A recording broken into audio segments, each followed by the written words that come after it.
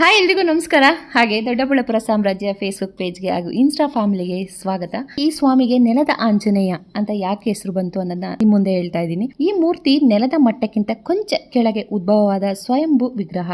ನೂರಾರು ವರ್ಷಗಳ ಹಿಂದೆ ಭೂಮಿ ಅಗೆಯುವಾಗ ಈ ಮೂರ್ತಿ ಸಿಕ್ಕಿದ್ದರಿಂದ ಅಂದಿನಿಂದ ನೆಲದ ಆಂಜನೇಯ ಅಂತಲೇ ಪೂಜಿಸಿಕೊಂಡು ಬರಲಾಗಿದೆ. ಈ ಮೂರ್ತಿ ನೆಲದ ಮಟ್ಟಕ್ಕಿಂತ ಕೊಂಚ ಕೆಳಗೆ ಉದ್ಭವವಾದ ಸ್ವಯಂಭೂ ವಿಗ್ರಹ. ಇದು ದೊಡ್ಡಬಳ್ಳಾಪುರ ಅತ್ಯಂತ ಪ್ರಸಿದ್ಧ ಹಾಗೂ ಪವಿತ್ರ ಕ್ಷೇತ್ರವಾದ ಶ್ರೀ ನೆಲದ ಆಂಜನೇಯ ಸ್ವಾಮಿ ದೇವರದ ಬಗ್ಗೆ ನಮಗೆ ಗೊತ್ತಿರದ ರೋಚಕ ಸಂಗತಿಗಳನ್ನು ನಿಮ್ಮ ಮುಂದೆ ಇಡ್ತಾ ಇದ್ದೀನಿ. ನೂರಾರು ವರ್ಷಗಳ ಹಿಂದೆ ಭೂಮಿ ಅಗೆಯುವಾಗ ಈ ಮೂರ್ತಿ ಸಿಕ್ಕಿದ್ದರಿಂದ ಅಂದಿನಿಂದ ನೆಲದ ಆಂಜನೇಯ ಅಂತಲೇ ಪೂಜಿಸಿಕೊಂಡು ಬರಲಾಗಿದೆ. ಇನ್ನು ಇತಿಹಾಸದ ಪುಟಗಳನ್ನು ತಿರುವಿ ನೋಡಿದರೆ ವಿಜಯನಗರ ಸಾಮ್ರಾಜ್ಯದ ಕಾಲದಲ್ಲಿ ಶ್ರೀ ವ್ಯಾಸರಾಜರು ಪ್ರತಿಷ್ಠಾಪಿಸಿದ 732ನೇ ಆಂಜನೇಯ ಮೂರ್ತಿಗಳಲ್ಲಿ ಇದು ಒಂದು ಅಂತ ಹೇಳಲಾಗುತ್ತದೆ.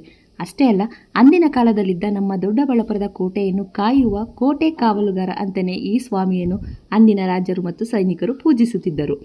ಈ ದೇವಸ್ಥಾನದ ಇನ್ನೊಂದು ದೊಡ್ಡ ವಿಶೇಷ ಅಂದರೆ ಸುಮಾರು 10-15 ವರ್ಷಗಳ ಹಿಂದೆ ಬರ್ತಿದ್ದ ಹಳೆಯ ಭಕ್ತರಿಗೆ ಗೊತ್ತಿರುತ್ತೆ. ಆಗ ನಾವೆಲ್ಲರೂ ನೇರವಾಗಿ ಗರ್ಭಗುಡಿಯ ಒಳಗೆ ಹೋಗಿ ದೇವರ ದರ್ಶನ ಮಾಡ್ತಿದ್ವಿ.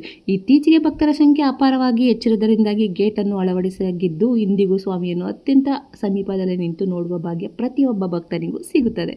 ಇಲ್ಲಿ ಪ್ರತಿ ಮಂಗಳವಾರ ಮತ್ತು ಶನಿವಾರ ಇಲ್ಲಿ ನಡೆಯುವ ವಡಮಾಲೆ ಮತ್ತು ವಿಲ್ಯದೆಲೆ ಪೂಜೆಗೆ ಅಪಾರ ಭಕ್ತ ಸಾಗರವೇ ಹರಿದು ಬರುತ್ತದೆ. ಜೊತೆಗೆ ಸಂಕಷ್ಟದಲ್ಲಿರುವವರು ಇಲ್ಲಿಗೆ ಬಂದು ಪ್ರಾರ್ಥಿಸಿದರೆ ಮನಸ್ಸಿಗೆ ದೊಡ್ಡ ಶಾಂತಿ ಸಿಗುತ್ತದೆ ಎಂಬುದು ಇಲ್ಲಿನ ಜನರ ಬಲವಾದ ನಂಬಿಕೆ. ನೀವು ಕೂಡ ಗರ್ಭಗುಡಿ ಹತ್ತಿರ ಹೋಗಿ ದರ್ಶನ ಪಡೆದ ನೆನಪುಗಳಿದ್ದರೆ ಕಮೆಂಟ್ ಹಂಚಿಕೊಳ್ಳಿ. ನಮ್ಮ ದೊಡ್ಡಬಳ್ಳಾಪುರದ ಇಂತಹದೇ ಅದ್ಭುತ ಇತಿಹಾಸ ಮತ್ತು ಮಾಹಿತಿಗಳಿಗಾಗಿ ನಮ್ಮ ದೊಡ್ಡಬಳ್ಳಾಪುರ ಸಾಮ್ರಾಜ್ಯ ಪೇಜನ್ನು ಫಾಲೋ ಮಾಡಿ, ಹಾಗೆ ಶೇರ್ ಮಾಡಿ. ಧನ್ಯವಾದಗಳು. ಜೈ ಶ್ರೀರಾಮ್.